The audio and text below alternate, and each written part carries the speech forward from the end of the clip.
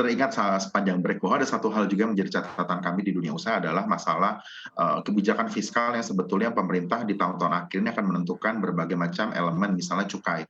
Nah, itu juga menjadi salah satu concern kita juga bagaimana ketika dalam periode pemulihan ekonomi ini cukai ini dapat diberikan ketetapan kebijakan yang bijaksana dan moderat. Karena ketika misalnya daya beli, kembali lagi yang saya coba soroti adalah daya beli masyarakatnya terkoreksi secara agregat, sebetulnya pergerakan ekonomi kita pasti akan trennya melambat. Nah, itu akan terasa sekali karena memang sebetulnya secara demografi penduduk kita sebetulnya kelompok menengah ke bawah atau lower middle income ini jauh lebih banyak memberikan dampak langsung terhadap pergerakan konsumsi masyarakat.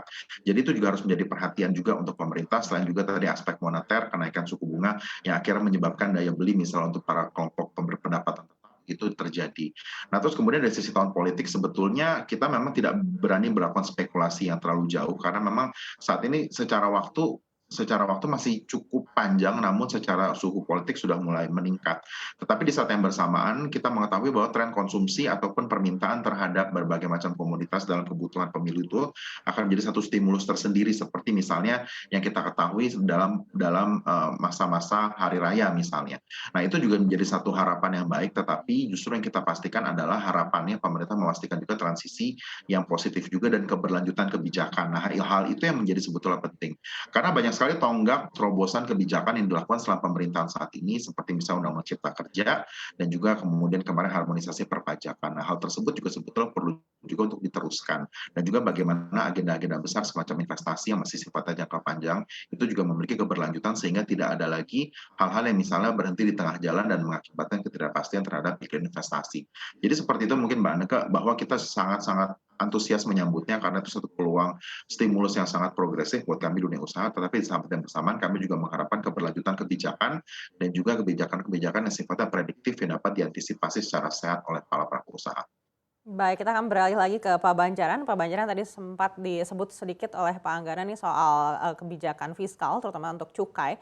Ini kalau Anda lihat kalau untuk mengimbangi kebijakan moneter, kebijakan apa yang mungkin harus digiatkan juga untuk bisa membuat pelaku usaha ini lebih yakin lagi dengan tahun politik dan juga potensi ke depannya?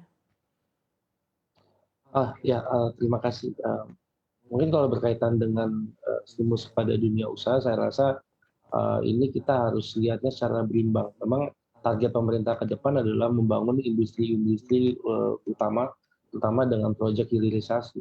Dan dengan proyek hilirisasi yang diinginkan sebetulnya adalah bagaimana kita bisa menciptakan industri yang dimana kita dapat memanfaatkan bahan baku yang berlimpah di dalam negeri.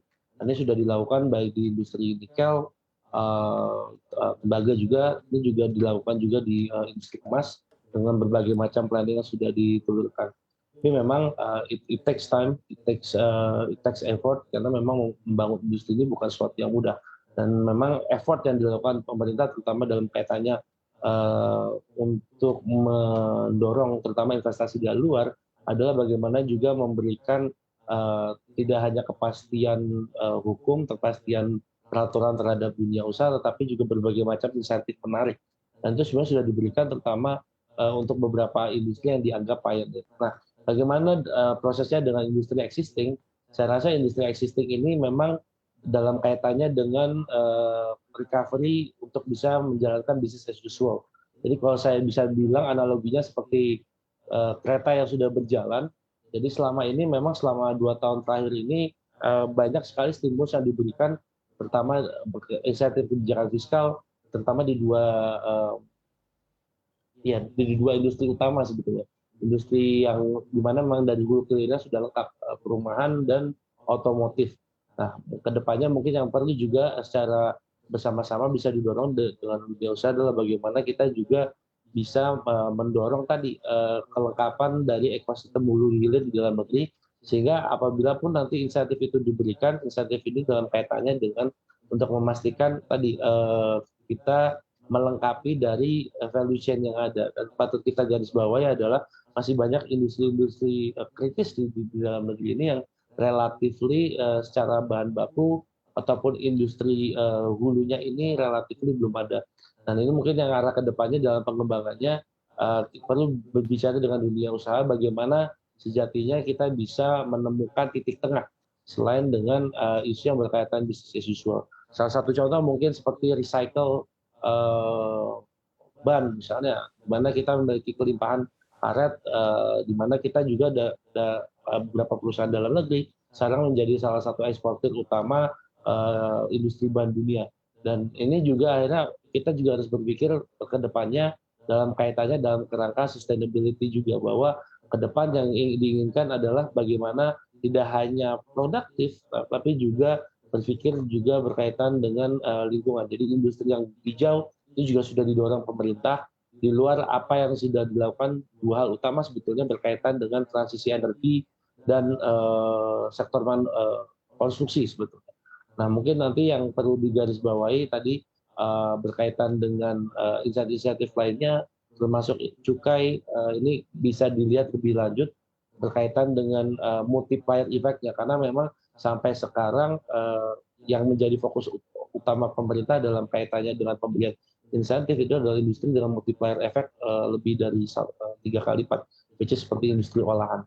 Dan ini saya rasa kita harus melihatnya secara utuh dalam kaitannya dengan memastikan bahwa kita berusaha membangun industri yang berkepanjangan, industri yang ramah lingkungan, industri yang sustain tidak hanya dari sisi bisnisnya saja, tetapi kita melihat kepada keberpihakan kita kepada generasi berikutnya juga. Saya rasa itu yang sudah didorong. Jadi saya rasa apabila di sini juga mungkin saya juga ikut mengajak dunia usaha apabila memungkinkan bersama-sama juga dengan perbankan untuk pelan-pelan kita migrasi kepada pembiayaan yang relatif ramah lingkungan untuk memastikan ke depannya program terutama komitmen pemerintah dalam kaitan dengan COP26, transisi energi, perekonomian yang ramah lingkungan ini bisa kita dorong.